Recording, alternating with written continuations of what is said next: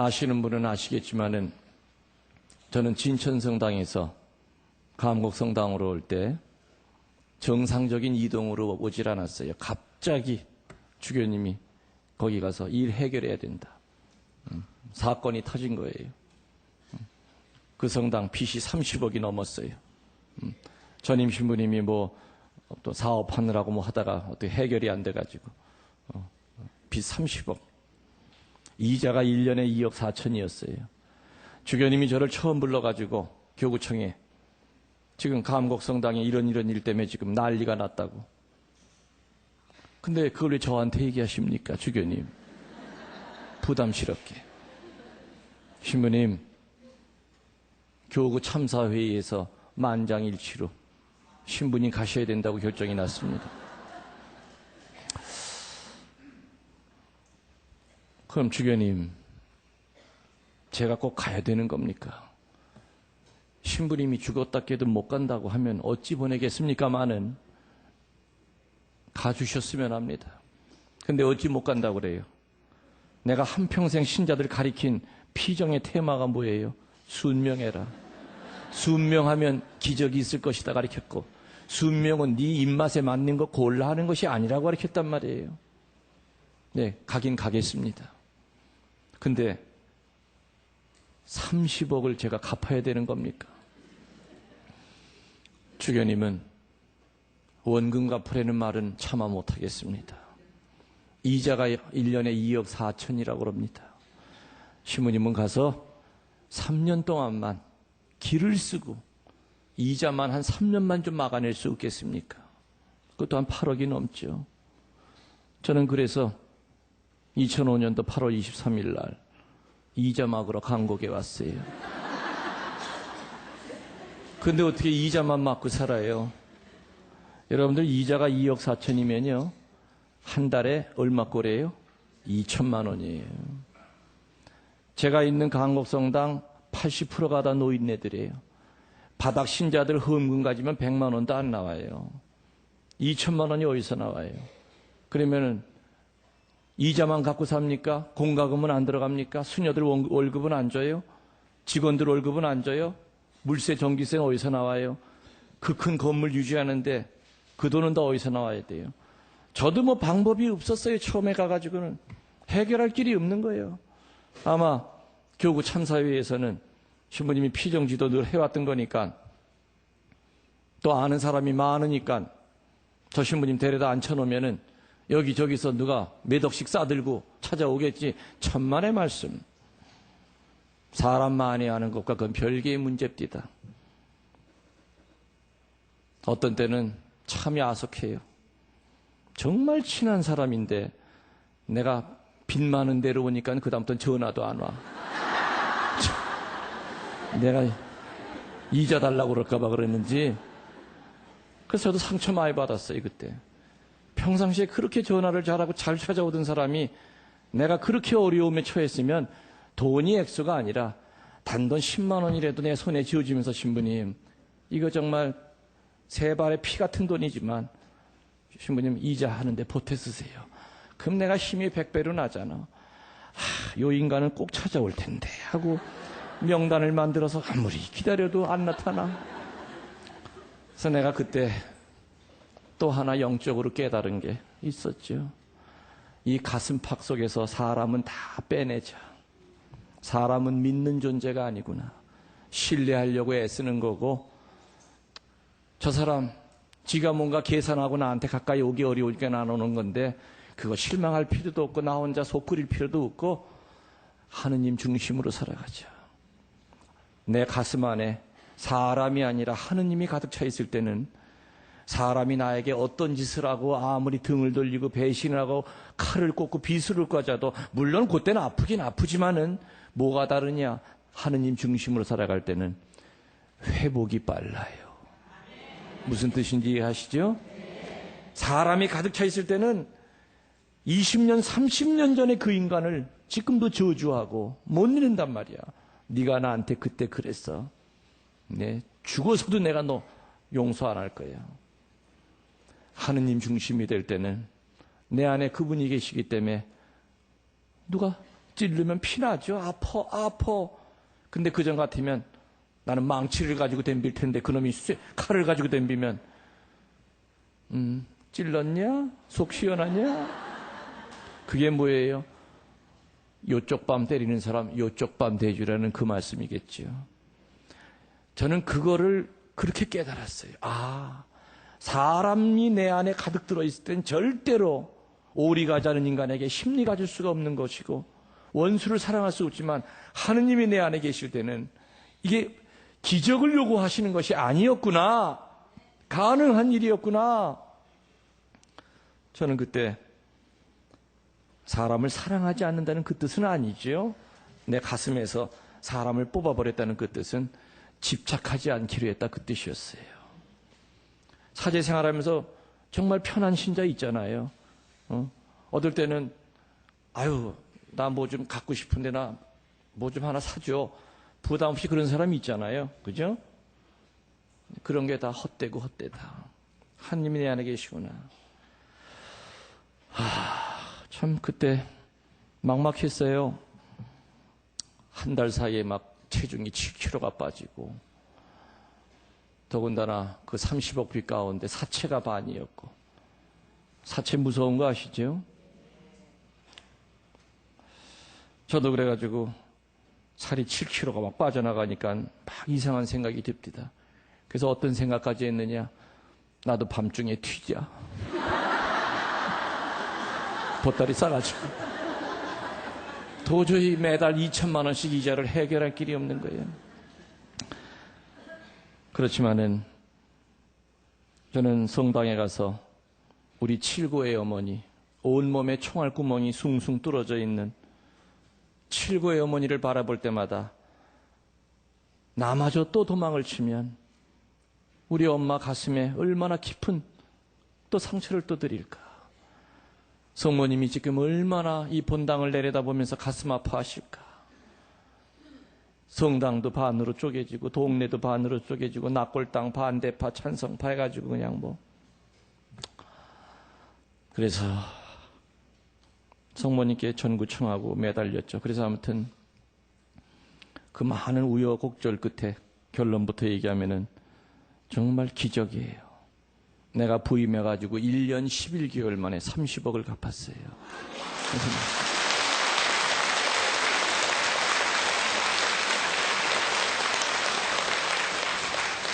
그 30억이 돈 많은 사람들이 몇 억씩 싸들고 온 그 돈은 하나도 없었어요.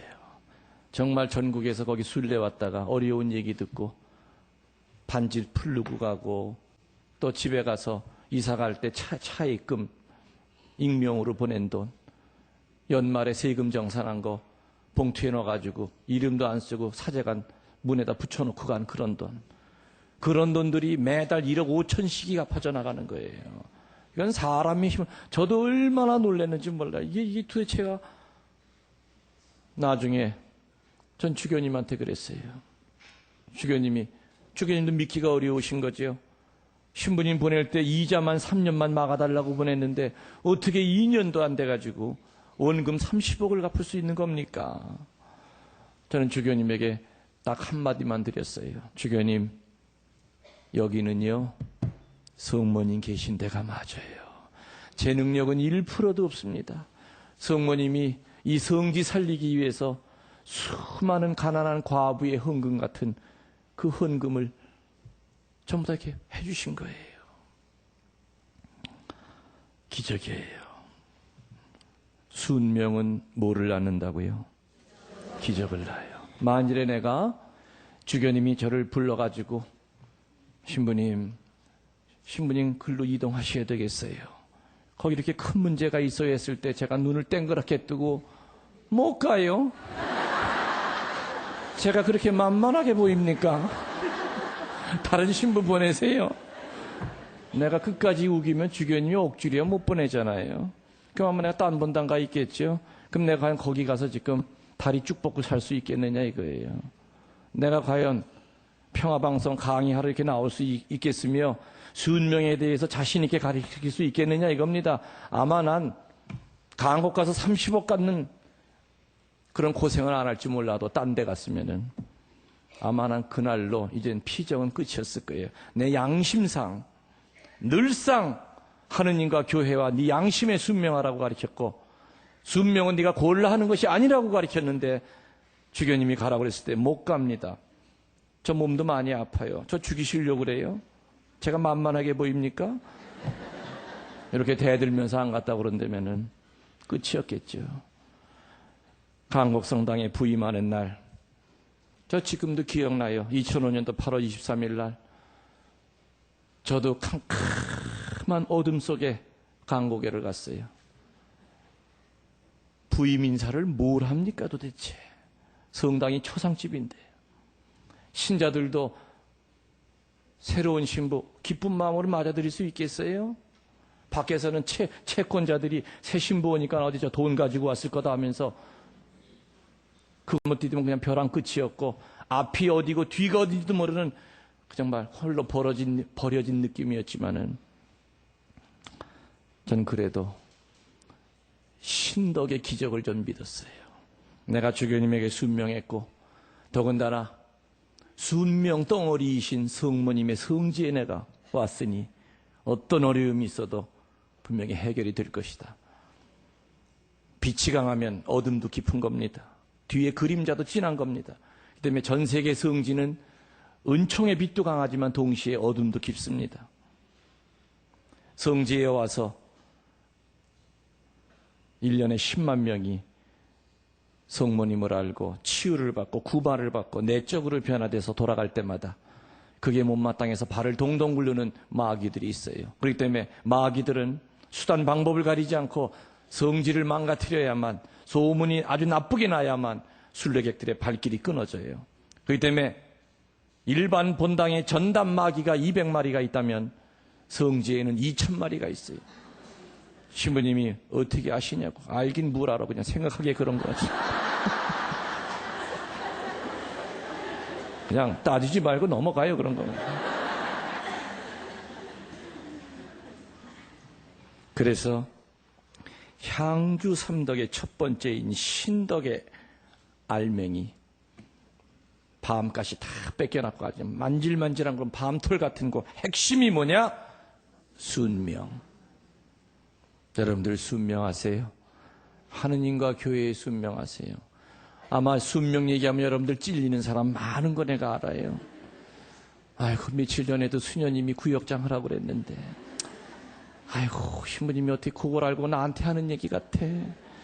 아이고, 작년에 사목회 개편할 때 신부님이 나한테 정말 어렵게 직책을 주셨는데, 할 수 있는데도 그냥 매이는 게 싫어서 못한다고 핑계댔는데, 늘 그것 때문에 신부님 볼 때마다 부담스럽고 죄만스러운데, 이제부터 시작하시면 돼. 그죠?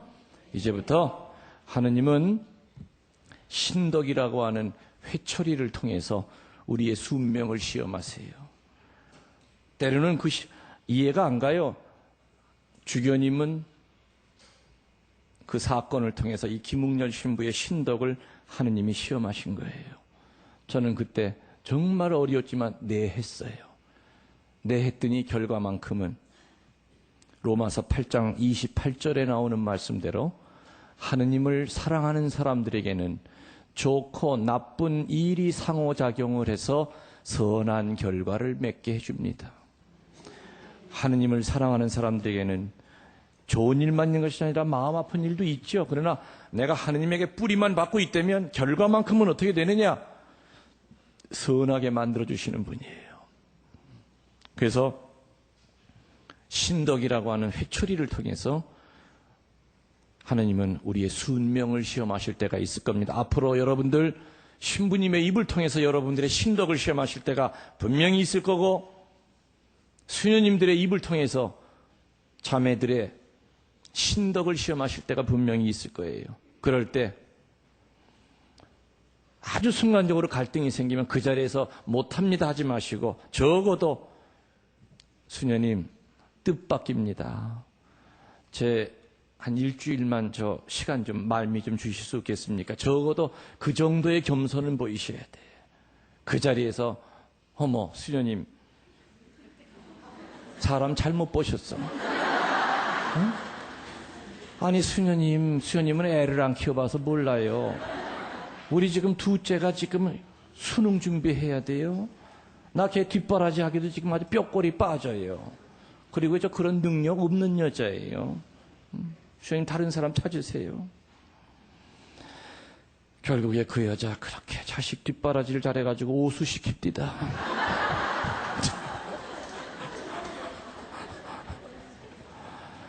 하느님에게 순명하면 자식도 턱턱 붙어.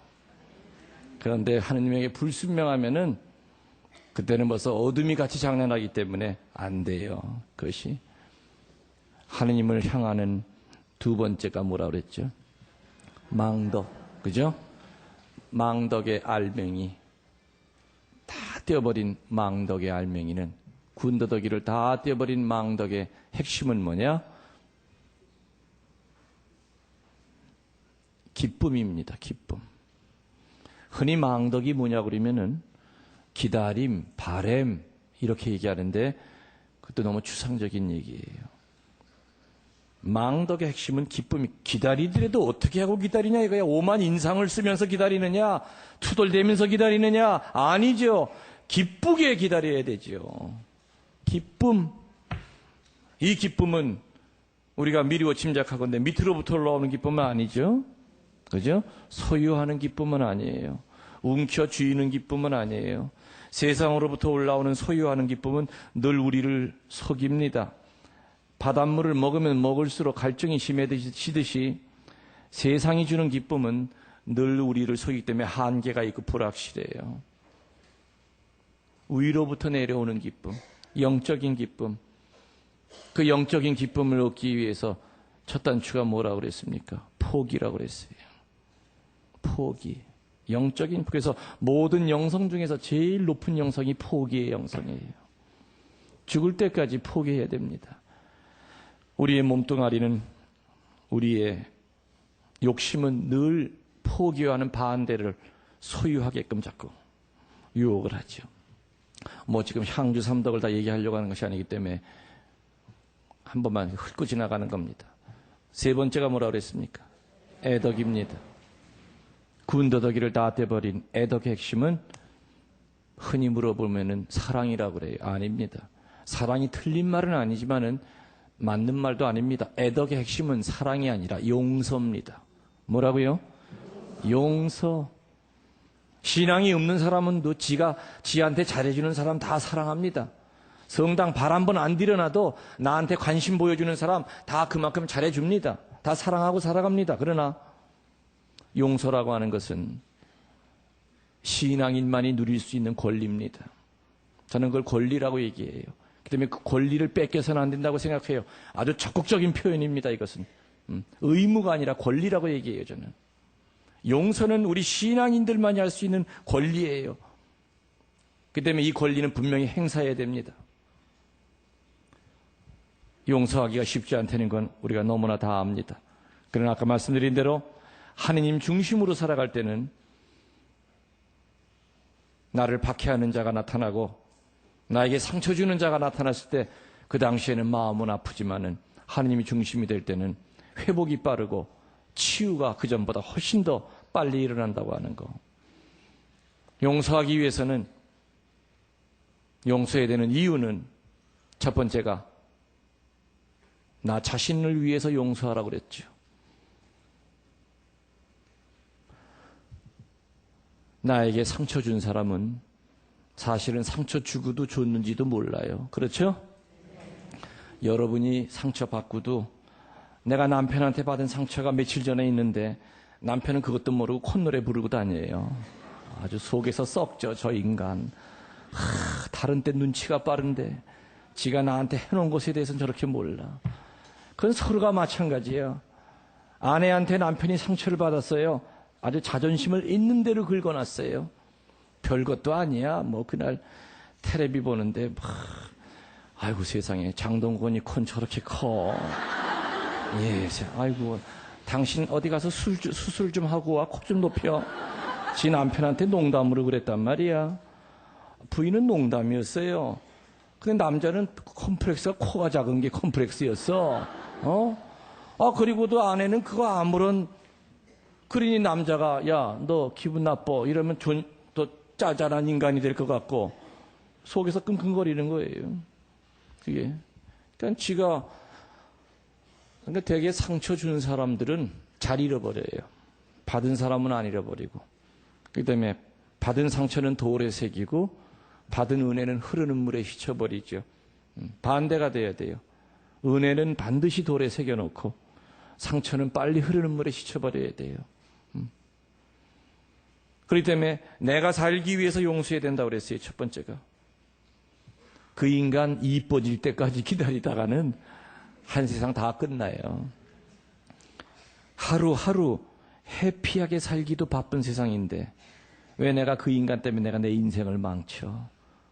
저 인간은 나한테 상처 준 것조차도 모르고 저렇게 희희낙낙거리고 있는데 내가 왜 저 인간 때문에 하루하루 이렇게 어둡게 살아요? 억울하지도 않습니까? 흐르는 물에 휘쳐버리세요. 두 번째 용서해야 되는 이유는 뭐라고 했습니까? 그 사람을 선하게 변화시켜 주려면 용서를 해줘야 돼요. 며느리가 못됐다고 해서 시어머니가 동네방네 며느리 흉보고 다녀보십시오. 그 며느리 점점 더 못되게 굽니다. 시누이가 못되게 군다고 올케가 온 동네 다니면서 방송 불고 나팔 불고 다녀보십시오. 그 시누이 점점 더 못돼집니다. 어두운 거 두 개가 부딪히면 더 큰 어둠이 되고 악한 것이 두 개가 모아지면 더 큰 악이 됩니다. 어두움은 빛이 들어오면 물러나는 것이요 어두움은 빛이 들어오면 물러나게 되어 있어요. 아무리 악한 사람이라 하더라도 우리가 사랑을 해주다 보면은 용서를 해주다 보면은 변화가 분명히 됩니다. 지금 버리지 말아야 될 것 네 번째가 하느님을 향하는 향주 삼덕의 마음이라고 그랬죠. 네 번째 버리지 말아야 될 거 있습니다. 가족을 버리지 말아야 됩니다. 뭐 버리지 말아야 된다고요? 가족을 버리지 말아야 되는데 심지어는 안 버렸는데요. 쫓아내는 것만이 버리는 게 아니에요.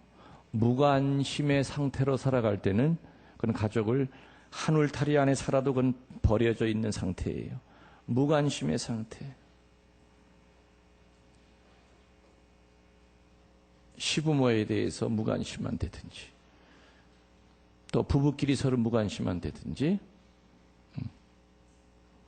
근데 가족을 버리지 않으려면은 제가 볼 때는 옛날에 우리 선배 신앙인들은 가족끼리의 접착제를 뭘로 썼느냐?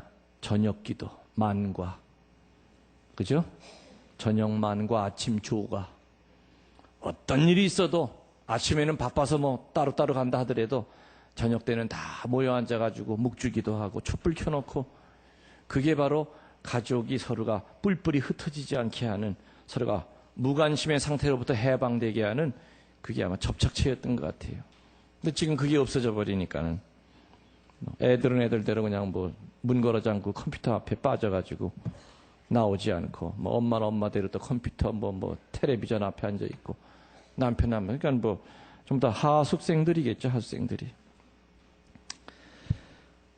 인생의 긴 여행을 하면서 우리들이 버리지 말아야 될 것 첫 번째 신앙이요, 두 번째 기도요, 세 번째 천국을 향하는 향주 삼덕이요, 네 번째 가족이라고 그랬어요. 반드시 또 버려야 될 게 있어. 첫 번째 미움이죠. 두 번째 집착입니다. 세 번째 분노입니다.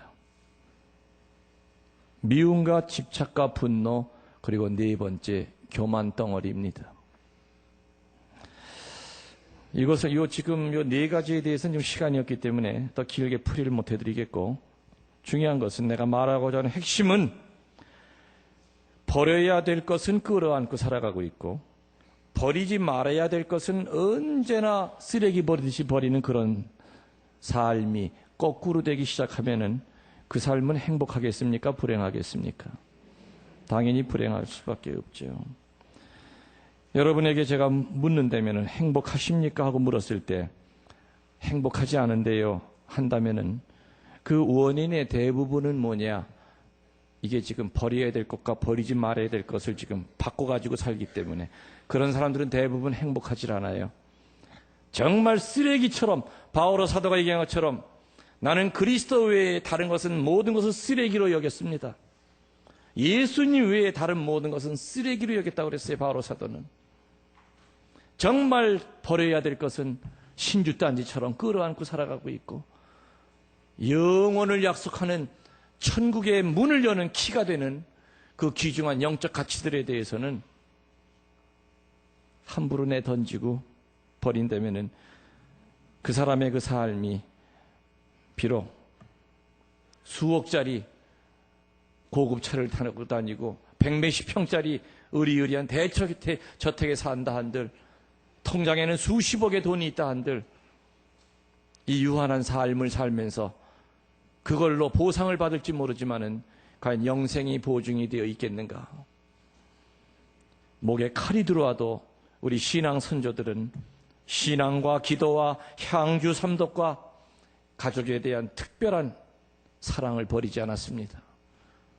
그리고 목에 칼이 들어와도 입에서는 달아서 생켜라 생켜라 해도 절대 생키지 않고 퇴하고 뱉었던 것이 미움이요, 집착이요, 분노요, 교만이요, 우상숭배, 이런 것들은 목에 칼이 들어와도 절대로 내 가까이, 내 주머니 속에 절대 놓지 않았습니다.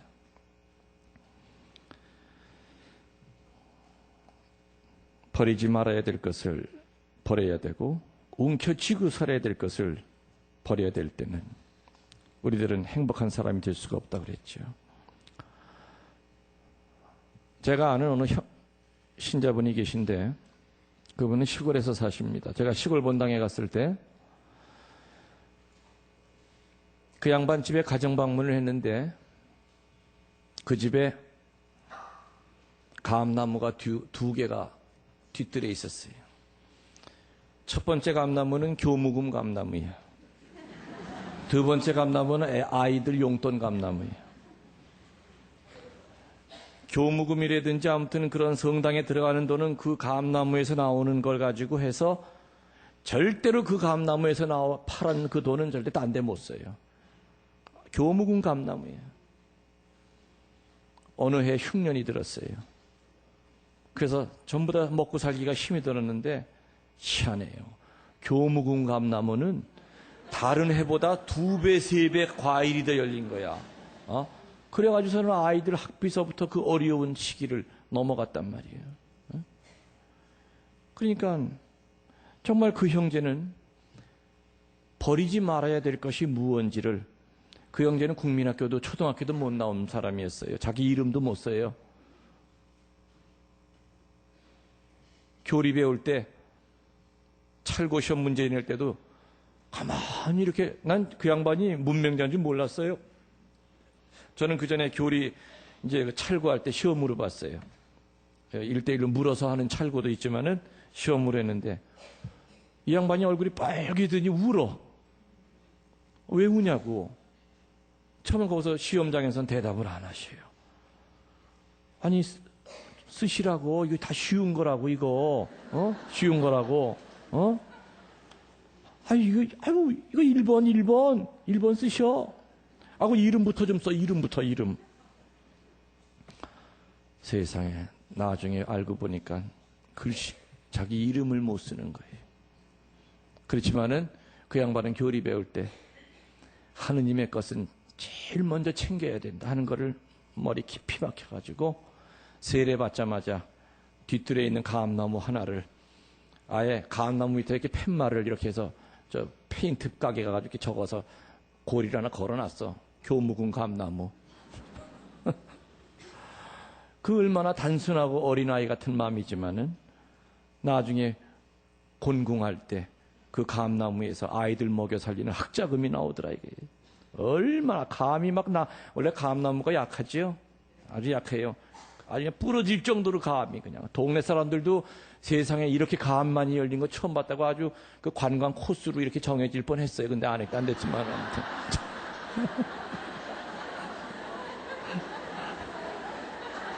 아니, 말은 끝까지 들으세요. 관광 코스가 안 됐다는 거지. 그게 행복한 사람의 삶이 아닌가 생각이 듭니다. 우리가 살아가면서 어떤 일이 있어도 꼭 움켜쥐고 살아가야 될 것, 그리고 어떤 일이 있어도 버려야 될 것, 또 우리의 신앙인의 삶이 행복하지 못한 가장 중요한 이유는 소유해야 될 것과 버려야 될 것을 반대로 버려야 될 건 움켜쥐고 살아가고 있고, 그리고 반드시 숨이 끊어질 때까지 놓쳐서는 안 될 그 영적인 것에 대해서는 너무너무 쉽게 버리기 때문에 아무리 호의호식을 하고 맛있는 걸 먹고 좋은 데 살아도 마음에 평화가 없는 것이 아닌가. 그래서 아까 말씀드린 대로 정말 자기 이름도 못 쓰는 아저씨이지만은 교리 때 배운 대로 교무금 나무를 하나 준비해서 그렇게 살았더니 큰 축복이 내리더라. 아마 이것이 바로 영적인 행복이 아닌고, 그리고 가난한 마음이 바로 그런 뜻이 아닌가 그런 생각이 됩니다. 하느님은 몇 분이십니까? 하느님은 한 분이시지만 하느님은 삼위로 나누어져 있죠. 삼위가 성부, 성자, 성령. 마찬가지로 크리스찬의 삶도 삼위일체적인 삶이어야 된다. 여러분들 이 세상에서 가장 안정된 구조가 삼각형이라고 그러는 거 아시죠? 네, 삼각형이 가장 안전하대요. 삼각형이. 네. 성부, 성자, 성령. 우리들이 여러분 교리 배우실 때 성부는 무슨 사업 하신다고 그랬어요? 투기 사업? 창조 사업? 그 다음에 성자는 간척 사업? 구원 사업? 그 다음에 성령은 성화 사업 하신다고 그랬죠? 성부의 창조 사업, 성령의 구원 사업, 성령의 성화 사업. 이 삼위일체이신 하느님이 정말로 모자람도 없고 그리고 또 넘침도 없이 정말 균형 있게 이 삼위일체 하느님께서 이 세상을 만드시고 이끌어가고 계세요. 창조와 구원과 성화 사업을 통해서. 어떻게 보면은 예수님께서 2000년 전에 분명히 한 인간으로 오셔가지고 우리를 구원하셨죠. 그리고 예수님께서는 당신이 유대인의 머무는 시간과 공간의 제약을 받는 사람으로 있을 때는 전 세계 사람들을 갖다 구원할 수가 없었기 때문에 돌아가시고 부활하시고 난 후에 무엇을 대신 보내주셨어요? 당신을 대신할 성령을 보내주셨죠. 그래서 예수님은 이제 전 세계 모든 사람에게 구원을 주실 수 있는 그런 분으로 이제 변화가 되신 겁니다. 아무튼 우리 크리스찬들의 삶은 분명히 삼위일체적인 삶이 되어야 된다. 첫 번째가 성부의 창조적인 그러한 삶을 살려면 우리들이 어떻게 살아야 되느냐. 성부가 사랑으로 세상 모든 것 창조하셨듯이 분명히 우리 크리스찬들도 성부의 재창조 사업에 참여를 해야 됩니다. 그럼 재창조 사업이라는 게 과연 뭘 뜻할까? 뭐니 해도 뭡니까? 자녀 출산이 첫 번째예요. 하느님의 재창조 사업한 거는 자녀 출산. 이번에 호주에 갔더니 호주에 가가지고 피정을 하는데 아이를 9 둔 자매가 왔어요. 아이를 9 뒀는데 나이도 많지 않아요. 이제 46인데 9이에요. 9인데 그 아이들이 나중에 피정 끝나고 성서책을 하나씩 다 사가지고 와서 시무님 사인을 해달래요. 9인데. 근데 더 놀란 거는 그 9 키우느라고, 물론 이제 호주는 이제 다 돈을 대주니까 남편까지도 다른 일 하지 말고 아이 9 돌봐라 해가지고 그 돈까지 다 나와요. 봉고차까지 다 나와요. 9인승 봉고차까지 좀 다 나와요. 그렇지만 결코 쉽지는 않겠죠. 분명히 넉넉하거나 뭐 돈이 뭐 저축하거나 남아 돌아가지는 않을 거예요. 근데 그 자매가 성지에 쓰시라고, 성지 그 전에 비리 떼는 거 얘기를 들었다 그러면서 아주 거액을 저에게 주셨어요. 참, 그래서 저는 그거, 그러면서 신부님 이거 아무한테도 좀 얘기 안 했으면 좋겠습니다. 근데 내가 입이 또 방정이야. 또 안 하고는 또 못 빼기야. 좋은 건 알리고 싶은 걸 어떻게 해요. 그죠? 그 아홉을 키우면서도 내 그 집에를 가봤는데, 집안이 완전히 성전이에요. 기도하는 방, 아이들도 보면은 다 저녁 때니까 묵주 다 가지고 나와서 빙 둘러가지고 아빠 엄마까지 11이에요. 11명이서 빙 둘러 앉아가지고서는 묵주기도 하고 막 하는데 참 대단하다. 그래서 내 그 자매 보러 참 당신은 성부의 창조 사업에 깊이 관여하고 있으니 나중에 큰 상을 받을 겁니다. 여러분들 그거 얘기 들으셨죠? 전 세계에서 출산율 제일 꼬레비가 한국이에요. 큰일 났어요. 그죠? 적어도 선진국이 되려고 하면은 뭐 한 1억 이상이 돼야 된대요. 근데 자꾸만 인구가 줄어드는 거예요.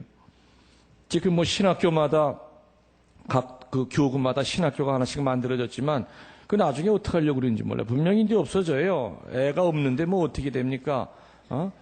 점점 인구가 늘어나지 않고 애는 없는데 수녀원도 마찬가지죠. 근데 그런 추세가 지금부터 나타나고 있어요.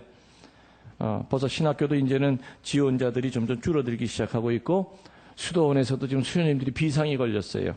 자기 나가 있는 본당에서 그 자기 성소자들 이제 데려가야 하는 그 긴장감 때문에 아주 그냥 뭐 정신없이 그 성소자들 찾느라고 난리예요. 그전에 가만히 있어도 그냥 몰려들었는데 각 수도원마다 성소자들이 막 흘러 넘쳤는데, 그러니까 재창조 사업의 제일 으뜸이 자녀 출산이다 이거예요. 내가 누구한테 그러니까 어느 신자가 그럼 신부님들도 장가를 가셔서 재창조 사업에 협조를 하셔야 되는 게 아닙니까? 수녀님들도 시집을 가야 되는 거 아닙니까? 계속 좀 그러라고 좀 얘기 좀 해주세요. 촛불 시위하면 모르죠. 또 교황청에서. 그런데 저는 개인적으로요, 만일에 캐토릭도 성공회처럼 사제들이 장가를 가도 된다 그러면은 저는 신부 생활 안 할 것 같아요. 그럼 그게 무슨 뜻인지 아시죠? 사제는 왜 예수님이 독신으로 사셨어요? 그죠? 물론 아주 남이 말이라고 그러면 그렇게 쉽게 하지 마세요. 저도 말은 이렇게 하지만 좀 그런 게 있어요. 12 제자들도 뭐 그전엔 기혼이었지만 예수님 만나고 난 다음부터는 다 독신으로 살았잖아요. 그죠? 제가 이제 친한 목사님들이 많이 있어요. 또 제가 고등학교가 미션 스쿨이에요. 개신교. 그래서 아마 지금까지도 그 학교 역사 이래 내가 78회인가 졸업생인데 꽤 오래된 학교인데 해마다 아무튼 뭐 그냥 이 개신교 신학교에 가는 친구들이 굉장히 많았어요. 근데 아무튼 그때 78년 역사 이래 신부된 게 나 혼자래요. 그래서 그때 당시에 그 교목이라고 그러죠. 목사님이 내가 잘못 가르쳤다고 막 그러셨어요. 그리고 사실은 그때 그 채플 시간이 있어가지고 근데 그때도 참 저를 많이 싸웠어요. 그 목사님이랑 자꾸 천주교를 너무 나쁘게 얘기하시는 거예요. 뭐 중세 때 뭐 썩어도 그냥 뭐 타락한 얘기만 하고 그냥 뭐 그리고 뭐 마리아교 뭐 우상 숭배한다고 그리고 그래서 난 그때도 어린 마음에 왜 성직자가 다른 사람의 종교를 왜 존중해 주지 못할까? 내가 어릴 때부터 아는 우리 천주교는 정말 세상으로부터 열려 있는 종교고 그리고 예수님이 세우신 종교고 그런데 그래서 내가 그러면서 참 이상하다. 그러니까 항상 열등감이 있거나 컴플렉스가 있는 사람들은 다른 사람을 항상 이렇게 뭔가 이렇게 씹는 경향이 있는 것 같아요. 500년 전에 개신교가 갈라져 나왔기 때문에 천주교가 좋은데도 갈라져 나왔으면 그거 이상한 거죠. 나쁘기 때문에 갈라져 나왔으니까 나쁜 걸 자꾸 강조를 해야만 자기네들이 갈라져 나온 것에 대한 당위성이 돼요. 합리화가 되기 때문에. 근데 정말 인격적인 그 목회자들 그런 분들도 많죠. 제가 얘기 드렸잖아요. 작년부터 감곡성당에 성모님이 특별한 일을 하시는데 개신교 목사님들을 불러드리고 있어요. 개신교 신자들이 순례를 와요. 작년까지는 쉬쉬하면서 몰래 이렇게 왔다들 가셨어요. 근데 아예 올해부터는 순례지 사무실에 등록을 하고 와요. 우리 침례교회에서 70명 갈 거니까 거기 밥도 됩니까? 뭐 이런 식으로. 또 어떤 그 단체는 거기 이제 미사가 없으니까, 그러니까 저희 강요는 안 하죠. 미사는 안 하고 그냥 둘러만 보고 가도 되겠습니까? 미사는 우리 하기가 좀 그렇습니다. 그런 팀도 있는가 하면 또 아예 미사 때 앉아서 미사까지 같이 하는 그런 팀들도 또 있어요. 이렇게 정말 열려있는 목사님들도 정말 그런 목사님들이 많은데, 정말 어떤 경우에는 너무 이렇게 남을 헐뜯어야만 자기가 올라가는 것처럼 뭔가 착각을 하는 것 같고, 사실 사제들은 개신교에 대해서 좋은 점 배우라고 참 많이 강조해요. 열심한 거, 성서 가까이 하는 거, 아주 그냥 그 전교 열심히 하는 거, 이런 거는 우리 신자들 정말 배워야 된다. 우리 천주교 신자들 너무 은총을 많이 받았기 때문에 은총이 있는 것조차도 모르고 감사할 줄 모르잖아요. 근데 개신교 신자들은 부흥에 3일만 나갔다 와도 얼마나 뜨거워집니까? 그리고 자기 자신이 구원받았다고 하는 확신이 있다 보니까 이렇게 좋은 예수님 어찌 내가 안 알리겠느냐. 근데 아까도 명동 밥 먹으러 이렇게 쭉 내려갔더니 어떤 사람이 뭐 트럼펫을 불면서 뭐 모자 희한한 거 쓰고 뭐 뒤에다가 뭐 예수 구원 뭐 어쩌고 써놨어요. 근데 어떨 때 보면 조금 지나친 것도 있죠. 어떤 때 보면 뭐 그 차에다가 예수 구원 불신 지옥. 근데 좀 그거 보면 너무너무 창피해요. 같은 크리스천으로서 예수님 믿으면 구원받고 불신하면은 지옥이다. 그러면 불교 신자들은 다 지옥 떨어진다는 얘기예요. 그러면은 천주교가 아니 그리스도교가 이 조선 땅에 들어온 것이 200년밖에 안 되는데 200년 전에 우리 조상들 착하게 살았던 사람들은, 예수님 모르고 살았던 사람들은, 누가 알려주는 사람도 없기 때문에 몰랐던 우리 조상들은 다 지옥에 떨어진다는 얘기예요. 아프리카에 있는 그 원주민들, 미기한 그 사람들, 예수님 예자도 모르는데 누군지 알려주는 사람도 없었는데 그럼 예수님 몰랐다고 다 그럼 지옥 간다는 거예요? 아니지요. 구원이라고 하는 것은 보편적인 구원이 있고 특별 구세사가 있고 보편적인 구세사가 있지요. 유명한 어느 신학자는 비록 교회에 가입은 안 돼 있다 하더라도 하느님이 주신 양심을 가지고 의롭고 착하게 살면은 그 삶 자체가 교회를 향하고 있다. 소위 익명의 크리스찬이다. 등록은 안 됐지만은 그 삶 자체가 하느님을 향하고 있다. 우리 조상들 가운데 세례 안 받았어도 그런 사람들 많이 있잖아요. 그럼 그냥 다 지옥 간다는 얘기가 하느님이 그렇게 모질고 잔인합니까? 아니죠. 정말 저는 같은 크리스찬으로서 예수 구원, 불신 지옥, 개신교 불교 신자들이 그거 보고 얼마나 상처를 많이 받을까. 그렇게 너무 편협하거나, 예수님은 그렇게 살지 않으셨잖아요. 열려 있었어요. 그 당시 바리새인파와 율법학자들이 자기 잣대 가지고 하느님을 재고, 하느님이 만들어준 십계명은 인간을 자유롭게 하는 법이었죠. 이렇게 하면은 편안하게 올 수 있다. 그러나 예수님 시대 때는 율법학자들이 613가지의 계명으로 늘려놨고 거기에 따른 또 세부 해칙이 수천 가지가 됐어요. 그 율법에 꼼짝도 못하고 얽어 사는 것이죠. 물론 지금도 교회법이라는 게 있습니다. 우리 신자도 교회법 지켜야 되죠. 그러나 그 교회법도 하느님의 사랑의 법보다 위에 있을 때는 옛날 바리새인 법과 별로 다를 게 저는 없다고 생각이 들어요. 그래서 교회법을 집행하는 여러 가지 여러 어른들도 분명히 우리 생각을 해야 되겠죠. 자칫 잘못하면은 예수님 시대의 바로 그 모습이 계속해서 시대를 돌아서 이렇게 회전이 됩니다. 또 다른 바리새인, 또 다른 율법학자들, 그거 규칙 위에 벗어나는 건 아예 단죄하고, 하느님의 법은 저는 그런 법은 아니라고 생각이 들어요. 그래서